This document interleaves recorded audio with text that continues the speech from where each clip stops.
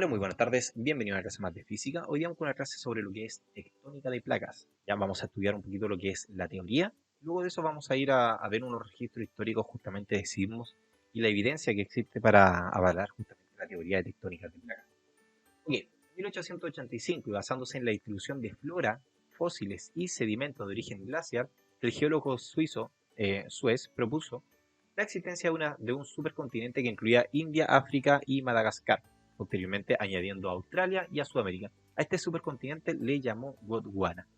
Ok, si te das cuenta, esto en el año 1885. El estudio justamente de la estructura de la Tierra es un estudio que no es muy antiguo, ya a diferencia de otras áreas justamente de la ciencia que se remonta a los años antes de Cristo incluso. El estudio de la tectónica de placas, de cómo se distribuyen las placas en nuestro planeta, necesita de mucha tecnología, de mucho conocimiento, por lo tanto no es algo muy antiguo en el tiempo. Ya es por eso uno de los motivos principales, por lo cual no existen registros de movimientos sísmicos de tantos años antiguos, sino que se han tratado de ver a través justamente, como dice acá, a través de la distribución de las floras, de fósiles y de sedimentos de origen glacial. ¿Qué es lo que se dieron cuenta? De que las placas tectónicas, lo que hoy conocemos como placas tectónicas, eran dinámicas, se movían a través del planeta, esta corteza terrestre.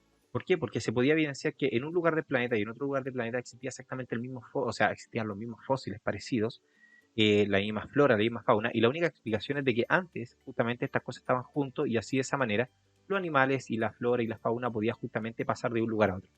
Primero estaba la Pangea, fue el antiguo supercontinente que existió entre el final de la era paleozoica y comienzo de la era mesozoica. Esto es entre 335 millones de años y 175 millones de años antes de nuestra época. No estamos hablando de poquitos millones de años, estamos hablando de más. Debemos recordar que el sistema solar se formó, según las teorías, hace aproximadamente unos 5.000 millones de años atrás. Y acá estamos hablando de solamente 335 millones de años atrás. Después tenemos la Eurasia y Gondwana, al cual justamente hace mención acá, ¿ya? Que es de 140 a 150 millones de años atrás, ¿ya? Aproximadamente. Y lo que es hoy, ¿ya? Esta es la evolución justamente del movimiento de las placas tectónicas, de la dinámica de la Tierra justamente en los últimos millones de años. No vamos a adentrarnos justamente mucho en eso, pero sí tienen que saber que la evidencia en la cual se basa el estudio de esto es justamente la coincidencia de flora, de fósiles y de sedimentos de tipo glaciar. ¿Ya? Estudios que se han seguido realizando hasta el día de hoy. Ahora, ¿por qué se mueve la Tierra? ¿Por qué la Tierra se mueve de ese punto a ese punto? ¿O por qué se generan los temblores? Para eso tenemos que entender un poquito lo que es la estructura de la Tierra.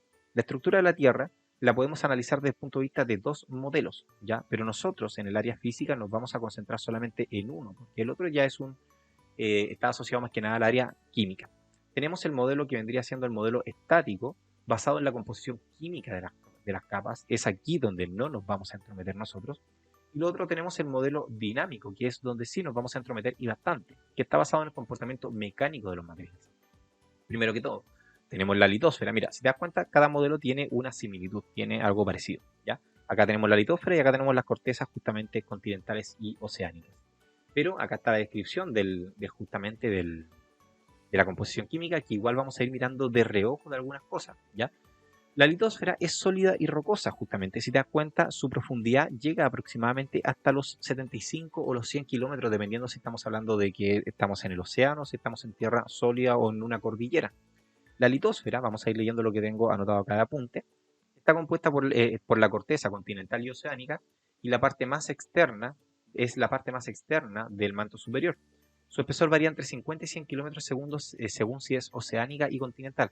En la litosfera es donde está la corteza, justamente, es donde están las placas tectónicas que vamos a estudiar en las próximas clases.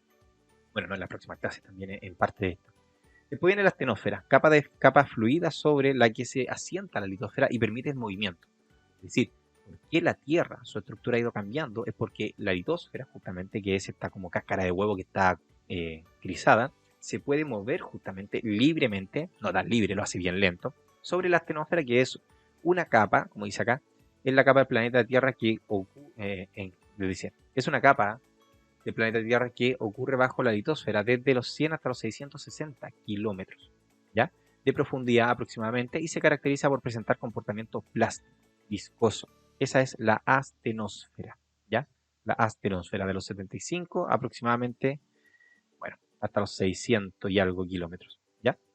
A ver, acá hay un error. dice 660 y no hasta los 300 kilómetros aproximadamente, ¿ya? Pero bueno, va a variar si estamos hablando del modelo dinámico o del modelo estático. Vamos a dejar eso así. Luego tenemos la mesósfera, ya es una capa rígida. Mira, fíjate bien acá, le llaman manto inferior y dice que el 82% del volumen y el 62% de la masa total parte masa externa formada por peridotita. Ya no nos vamos a preocupar de eso, pero sí tenemos que saber de que es una capa que tiene que representa una masa o parte de un volumen bastante importante de la masa de la Tierra. Va aproximadamente de los 300, 600 kilómetros hasta los 2.900 kilómetros, es decir, su espesor es aproximadamente de 2.000 y fracción kilómetros, ¿ya? Es bastante espesa. Veamos qué es la mesósfera. Es el límite superior, se define por su fuerte aumento de las velocidades y la densidad de las ondas sísmicas a una profundidad de 660 kilómetros, ¿ya? Es decir, en la mesósfera, es decir, desde los 600, 300, va a depender, insisto, todo esto son aproximaciones. Depende de la fuente bibliográfica, justamente la dimensión. Pero tenemos que saber que, por ejemplo, la litosfera llega hasta los 70, 50, 100 kilómetros. La astenósfera desde los 70, 50 hasta los 300 o incluso hasta 600 kilómetros. La mesósfera ya empieza en los 350 en alguna parte y en otras partes a los 600 kilómetros. Ya no es una esfera circular perfecta. No, para nada. Son simplemente aproximaciones de medida y según el modelo. ¿Ya? Es rígida, ¿ya? Y acá al ser rígida justamente genera un aumento de la onda sísmica, que vamos a estudiar más adelante. Y después tenemos lo que es el núcleo, ¿ya? Ojo, todo esto es el núcleo, ¿ya? Que se le llama como núcleo externo, núcleo interno, también conocido como endósfera. Empieza a una profundidad aproximadamente de los 2.900 kilómetros, insisto, según el modelo, y se separa en núcleo externo y núcleo interno. Dice, esta es la endosfera, el núcleo de la Tierra o endosfera es la masa caliente que se ubica en el mismo centro de nuestro planeta. Está formada por un núcleo interno sólido y un núcleo externo líquido, y eso es importante entender. El núcleo interno es sólido, bueno, eso es lo que dice la teoría, estos son modelos, ¿ya? Y el núcleo externo es líquido. Ambos dos, su composición está hecha, como dice acá, de hierro y níquel, eso es importante. Parte externa es fluida y el núcleo interno es sólido. Sus temperaturas bordean aproximadamente la del núcleo externo, aproximadamente se estima que son unos 5.000 grados Celsius, y la del núcleo interno aproximadamente unos 10.000 grados Celsius. Para que te hagamos una idea, la superficie del Sol tiene una temperatura en su superficie de 5.000 grados Celsius. Por lo tanto, prácticamente tenemos un Sol bajo nuestros pies. Ahora, ¿cómo se sabe de que esto es así? ¿Cómo si nunca se ha ido allá abajo? De hecho, a lo más se ha llegado unos cuantos kilómetros bajo, desde la superficie. Se ha llegado a la litosfera, nunca incluso se ha llegado a la astenósfera, ¿ya? Más, acá en Chile, cuando fue el tema de los mineros que quedaron atrapados, los 33 mineros, estaban simplemente a 600, 700 metros de profundidad, ni siquiera un kilómetro. Y fue toda una travesía llegar hasta ahí. Entonces, no se ha llegado hasta el centro de la Tierra. Los rusos una vez intentaron hacerlo, pero fracasaron en su intento. ¿Ya? Había muy poca ciencia en ese entonces, no se conocía muy bien el modelo de la Tierra, la estructura, así que era bastante absurdo el sueño que ellos tenían. Entonces, ¿qué ocurre? ¿Cómo se sabe esto? Bueno, campos magnéticos. El movimiento justamente del hierro líquido a estas temperaturas y el hierro sólido a esas temperaturas genera un campo magnético que se puede medir en la Tierra, ¿ya? Cuando se mide ese campo magnético, se hacen modelamientos de cómo debería ser el material que debe estar en el centro de la Tierra para generar ese campo magnético. Una de las opciones es de que el comportamiento del interior de la Tierra debe ser de hierro justamente a esas temperaturas que están ahí, lo cual coincide perfectamente con las mediciones y con el comportamiento de nuestro planeta, ¿ya? Ahora, sobre la última capa, que vendría siendo la litosfera, está fragmentada.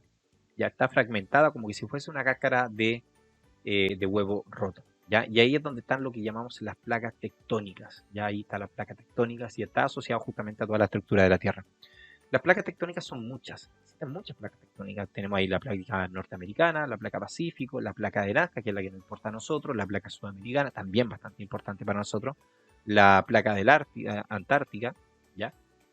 Placa africana, euroasiática, placa iránica, arábica, indo-australiana, filipinas, del Pacífico, de Cocos, el Caribe, existen muchas placas, ¿ya?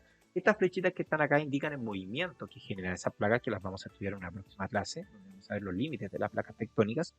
Y esto que está acá en rojo se le conoce como la fosa oceánica también, y como el anillo del fuego. En ese sector rojo es donde está la mayor concentración de volcanes activos a nivel mundial, ¿ya?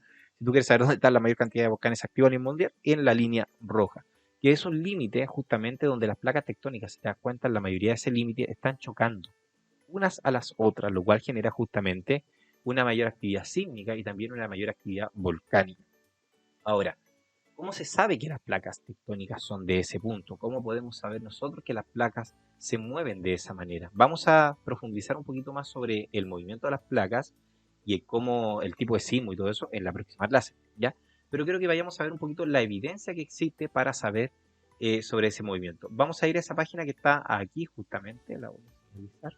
Esta página que está acá, earthquake.usgs.gov, que es el Centro Sismológico de Estados Unidos, y como a Estados Unidos le encanta meterse en todas partes del mundo, ellos llevan un registro sísmico a nivel mundial. Ya si yo pincho ahí, me voy acá a esta parte que dice últimos sismos, y me va a mostrar justamente un mapa de Estados Unidos, no me interesa eso sí, me voy a alejar de este mapa, para ver ya una perspectiva más mundial, ya, y ver los últimos sismos a nivel mundial. Acá si te das cuenta están dibujadas las mismas líneas, fíjate bien, las mismas líneas que estábamos viendo justamente en nuestro mapa de las placas tectónicas, que es el que tenemos acá. Ahora, ¿están puestas esas líneas ahí a propósito? Sí, pasa que esas líneas muestran justamente la sismicidad o el límite de placas tectónicas. En esta página tú puedes ver justamente los sismos, los últimos sismos, ya los 33 últimos sismos, de 2.5 más en la escala Richter. Pinchemos uno ahí, vamos a ir hacia acá, ya, y nos va a justamente mostrar más detalle, pero quiero ir a este lugar de acá, mira, a la información regional. Ya quiero que vayamos a ver, y vamos a agrandar el mapa, y acá me muestra los últimos sismos medidos por Estados Unidos en este lugar. Bueno, y también hay algunos sismos que son ya históricos según algunas investigaciones que se han realizado. Dirás, oye, hay muchos sismos. Sí, pasa que el planeta está en constante movimiento. De hecho, si tú te diste cuenta acá, estos son los sismos que han ocurrido durante las últimas horas. Igual son bastantes, ¿ya? Y si yo me alejo de este mapa, me va a empezar a cargar el historial sísmico del mundo, ¿ya? Del planeta completo. Y tú te vas a dar cuenta que pasa algo bastante curioso. Fíjate bien dónde está la distribución de los sismos. Oye, coincide perfectamente con el mapa de las placas tectónicas. Es decir, los sismos se están generando, vamos a cambiar, los sismos se están generando justamente en estos lugares. ¿Por qué? Porque es ahí donde las placas tectónicas terminan, donde están los límites de las placas tectónicas, y es ahí justamente donde se genera la sismicidad. Vamos nuevamente al mapa que está allá para que mostrarte algunas cosas importantes. Podemos ver justamente que incluso la mayor actividad sísmica se da justamente al norte de la India, que hay algunos cordones montañosos bastante gigantes, y todo lo que es el anillo del fuego. Fíjate bien el anillo del fuego, donde está la mayor actividad sísmica y volcánica a nivel mundial. Ya acá yo estoy en este momento, estoy acá en Santiago de Chile. Pero si te das cuenta, por ejemplo, Chile, que es uno de los países que tiene la mayor actividad sísmica del mundo, tiene una cantidad de sismos realmente importantísimas, ya junto con lo que vendría siendo Perú y sectores de Bolivia. Y el otro país que tiene también una mayor actividad sísmica vendría siendo estos sectores de acá, justamente con Japón, ya como estamos viendo en este sector de acá, ya tiene una actividad sísmica realmente importante, porque es ahí donde se dan justamente los límites de las placas tectónicas. Por lo tanto, cuando hablamos de la teoría de tectónica de placas, esa teoría, si bien, como dice su nombre, es una teoría, pero es una teoría que tiene un sustento científico y de mediciones bastante importante que lo respaldan. ¿Ya? Y en base a todo esto se puede simular computacionalmente cómo es el interno y el interior de la Tierra, y así de esa manera poder hacer un modelo cada vez más exacto de cómo es nuestro planeta. ¿Ya? Así que eso respecto a la estructura de la Tierra y respecto a la teoría de tectónica de placas. ¿Ya? Espero que la clase te haya gustado y nos vemos en la siguiente clase. Hasta luego. Chao, chao.